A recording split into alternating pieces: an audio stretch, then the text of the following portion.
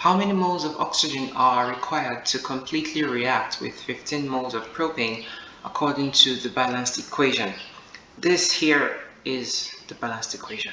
It's pretty straightforward. You just have to ensure that your equation is balanced, which it is, so the equation is balanced. If you don't know how to find out if the equation is balanced, let me know in the comments.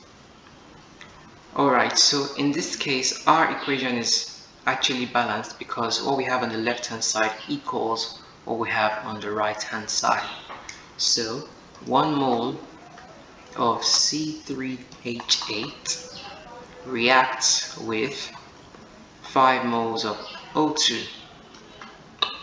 So if 15 moles of propane, that's C3H8, should react, then it should react with a particular amount of O2.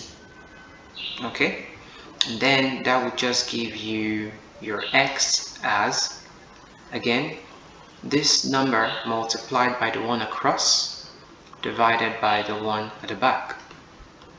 It's pretty easy, don't worry, you'll understand it.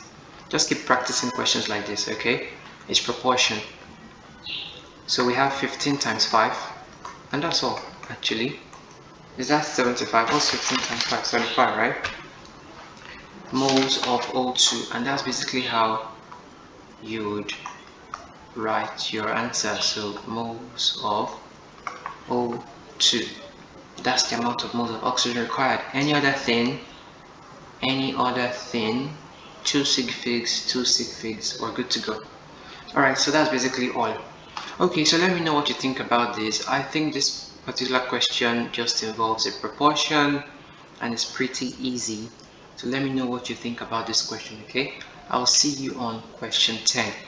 Question 10, 20, 30, they'll usually follow a twist. So just get ready.